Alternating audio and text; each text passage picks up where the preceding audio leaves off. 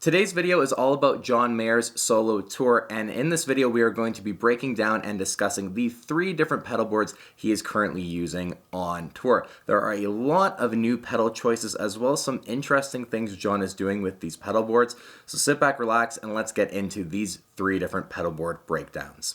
I'm going to first off give a brief spoiler warning because in this video we are going to be discussing how the stage is actually set up and overall the arrangement of how the evening goes for these performances. So if you are attending one of the concerts and you want to be surprised and not, I guess, spoiled in how the night's kind of going to go and how the stage is set up, then save this video to your watch later playlist and you can watch it after you attend the show, and I hope you have a really awesome time. I know you're going to have a really awesome time. I'm going to one of the shows and I'm super stoked.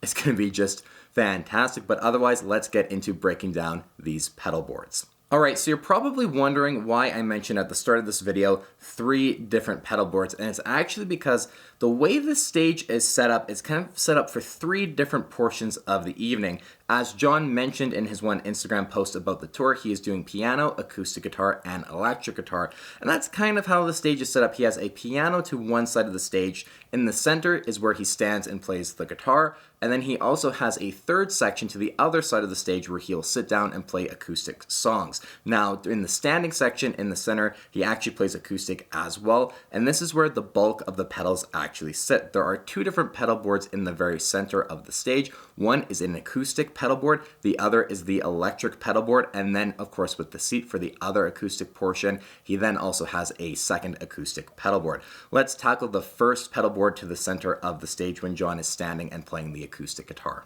Alright, so right now you guys are looking at the exact same images that I'm looking at on my computer screen. This is just the easiest way for me to go over it because I can look at the exact same image you guys are and we can kind of go over it together and break it down. So, to the right of where John would be standing when he's standing and playing the acoustic guitar, we have the acoustic pedal board. And this is just really cool because in this one shot you see both the acoustic and the electric pedal boards, and you see exactly how John kind of chooses different tuners for acoustic and electric purposes. The go-to acoustic tuner for John is the Boss TU3, and that's the very first pedal. Then we have a Boss RC500 looper.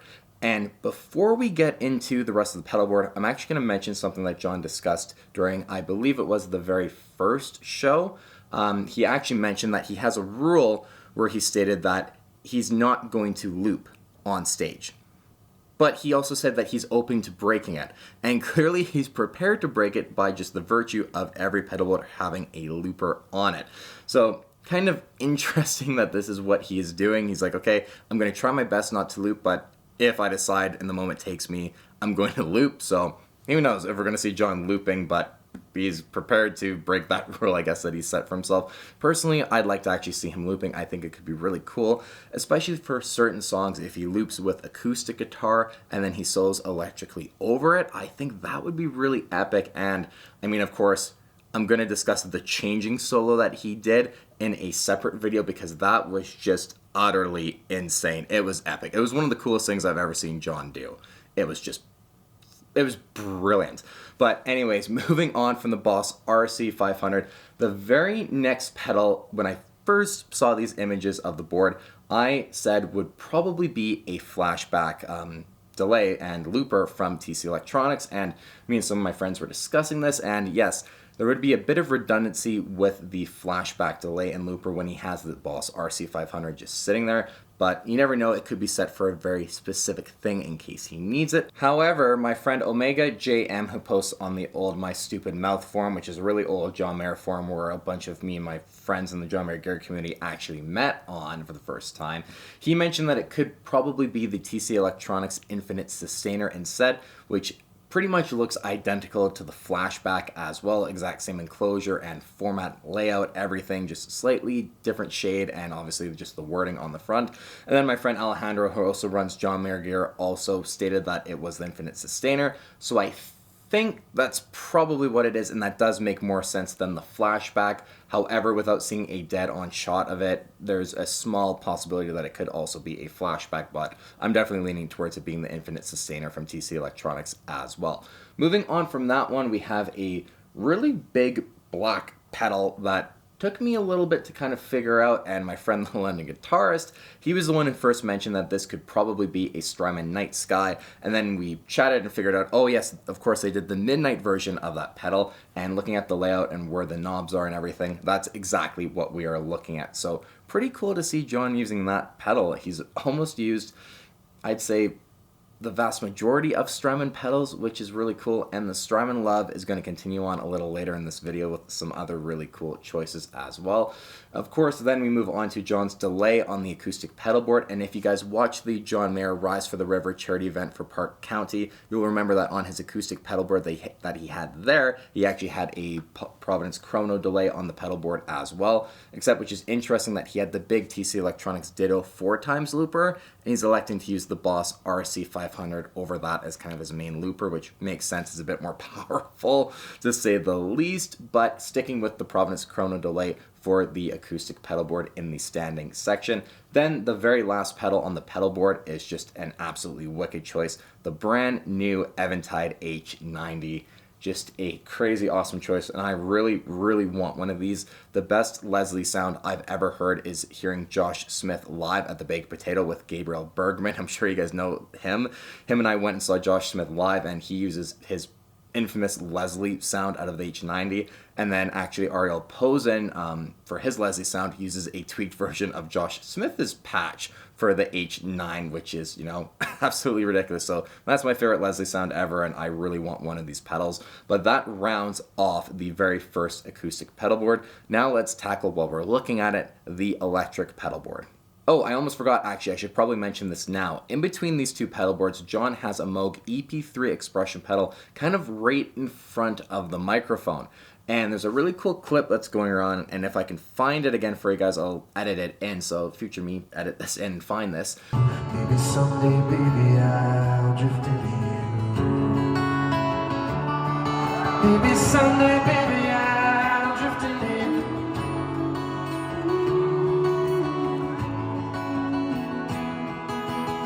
Come that strictly the other day. Forgot what I was gonna say. John's singing, and he actually is working the expression pedal while he's singing, and it really does look like he's doing something with an effect in terms of the vocals, whether that's a reverb on top of the vocals or, you know, what it is. I have no idea, and, you know, I'm going to try and work and maybe figure that out for you guys if I can, but it might be very difficult with the limited footage we have right now. But he's doing something with that Moog EP3 expression pedal, and I do believe it looks like it's on the vocals. That's kind of what my friends and I, again, in our group chat, this is all a bunch of collaborative effort as well between a bunch of my friends who are very big into John Mayer's gear and knowledgeable as well, by the way, guys. That's what kind of we, in our discussions, kind of assumed that this is what's going on, I guess. But let's move on to the electric pedalboard. And on the very front row, we're just going to always tackle it front, you know, right to left, back row, right to left. On the very front, we have another Boss RC500, and he's going to have this also on the third pedalboard as well. I'm just, you know, telling you guys right now, this is clearly his new looper of choice, that's for sure. Now, on that one, he also has a TS10. Then he has a pedal that, to me at least, looks like the JHS box of later. Now, this pedal is essentially what Josh Scott built for John as a clone of the Dumble A Box Later effect, which is a buffer and line driver. It's very similar to kind of a Dumbleator rack unit, and John has one of these Box Later ones, and you can actually see it in one of the Continuum studio session video clips. But this is kind of just a more, I guess, giggable version of that, because that's an just uber rare effect. And so Josh Scott, it appears, built one of these for John, and that's exactly what he is using on this pedalboard. At least it looks like, again, without point blank seeing it, you know, just saying 99.9% sure that that's what John has on his pedalboard after the very first TS10. Moving on, we then have the Klon Centaur. Of course, it's John's blacked out Klon Centaur, the only one that he has, according to him, which is, you know, pretty crazy that someone like John just owns one Klon Centaur. It means I have as many Klons as John does, which, you know, I never would have believed that if someone had told me until I'd heard it from John himself, which is pretty insane that he moves it around from rig to rig. After the Klon Centaur, to finish off the very first row, we have a second Ibanez TS10. And if you guys have seen my John Mayer Trio breakdown from the Love Rocks performance, exact kind of same principle that John is doing. TS10 into Klon Centaur into TS10. And this is just crazy that he's sticking with this formula for this solo acoustic tour, even though he's really not doing a whole heck of a lot of electric guitar playing, especially soloing with a lead tone. It's really only the changing solo he did the very first night that was with an electric guitar. Nevertheless, this might be John's new pedal combination, and maybe he's finally said, you know what, I've done a lot of tours where I'm doing TS10 into Klon Centaur, and I've done a lot of tours where I'm doing Klon Centaur to TS10. Even like the 2019 World Tour, between legs, he would actually swap the order and change in the middle of a tour. And at this point, maybe he's just like, you know what? I'm going to just put both on my pedalboard, and then I have the option for whatever I'm feeling. If I want to change it up from, the night to night, I have the ability to just do it, or I can change it up from song to song, even on the fly. So maybe going forward for another just standard Mayer tour with a full band backing him, we might see this happen again. And I'm very curious to see if he does a lot more electric soloing on this tour, and maybe to see what he's preferring or what he's using more consistently, or if it is just a genuine, mixing it up from night to night or song to song. Who knows, we'll see, but as always, I'll keep you guys updated on the channel because I am very interested in this combination. I think it's really cool that we're finally seeing both of them, like it's both combinations together on one board. It's really sweet. So it's at this point we're going to move on to the second row, and obviously the signal chain is a little bit different than just your standard right to left front row, then right to left back row, because we start off with a TC Electronics Polytune 3, which is John's go-to electric tuner. And again, as I mentioned in the last video I did discussing John's pedalboard, even though this pedal has a buffer in it, we can't say for certain if he's using the buffer or not. We just don't know. It's impossible to say. Maybe he is, maybe he's not. I don't know. No one else can know that but anyone in John's camp. The very second pedal is the Keeley Katana version 1, of course, and if I had to kind of guess a rough signal chain, these two pedals would probably be very first. Then we move over to a Way Huge Octopus Mark II. Again, I don't fully understand why John, if he can move his Klon Centaur around from rig to rig for different tours, why he doesn't just move around his Mark I AP1 Octopus. I'm sure he has more than one, and just very interesting that he's just using the Mark II Octopus on this tour. Then we move on to another Providence Chrono delay to tackle the longer delays, of course, for the electric pedalboard, then finishing off with a Strymon Flint on this pedalboard.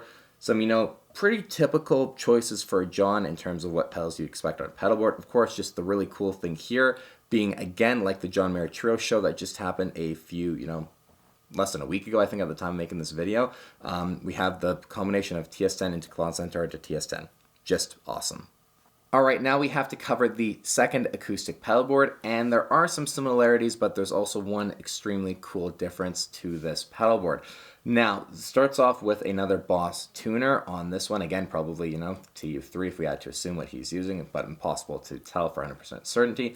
Then we have another Strymon Night Sky, again in that blacked out midnight edition, which is really cool that John's sticking with both the same edition, actually, for his pedalboard, and I'm sure sales of those are going to be pretty high now, or at least higher than they were, now that people know John is using it. Then we move on to another TC Electronics Infinite Sample Sustainer. Again, if we're assuming that that's what's on the first acoustic pedalboard, it's probably the exact same thing on this one as well. Then we have another Boss RC500. Again, as I mentioned, he's using it on all three pedalboards, so it's pretty clear his favorite looper at this point. So now we're going to move on to the second row of the pedalboard, and it starts off with another Boss tuner, most likely a Boss TU3 again. We can't say for 100% certainty, though, a point-blank shot of it. However, that's kind of what he's been using for his acoustic tuner, so probably that's what it is. And as I mentioned before, there's some additional Strymon love because John's also using another brand new pedal in the Strymon Cloudburst, which is a really cool choice. Again, we're seeing both the Eventide H90, which is the next pedal on the pedalboard. We are seeing that he's actually using that new pedal as well as the Cloudburst. So two brand new pedals that John has adopted into his rig.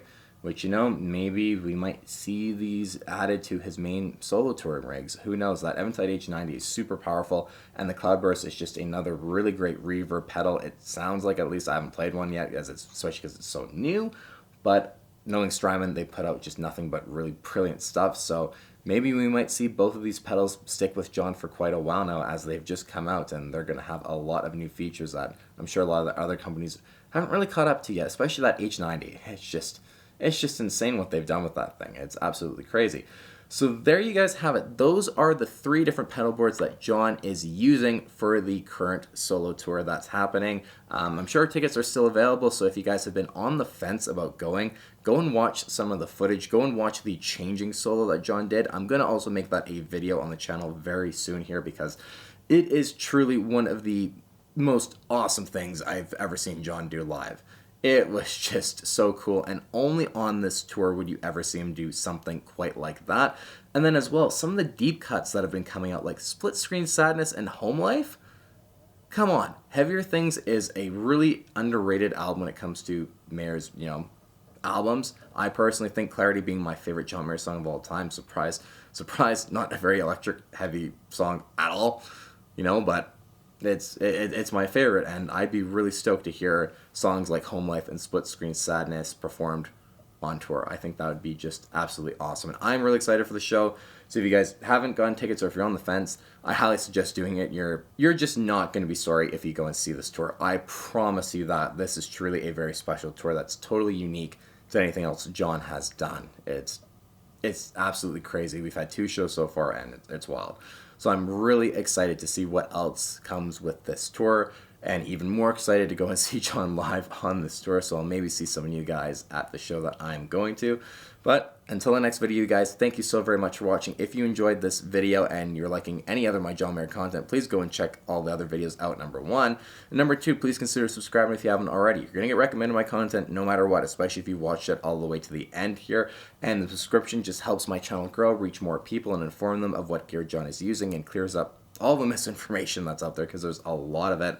And that's the main goal of this channel, to educate and help you guys out into trying to, you know, sound like John if he's one of your heroes, or just understand his gear more. And as well, the subscription just lets me know, as that number keeps growing, lets me know I'm doing a great job and to keep doing what I'm doing.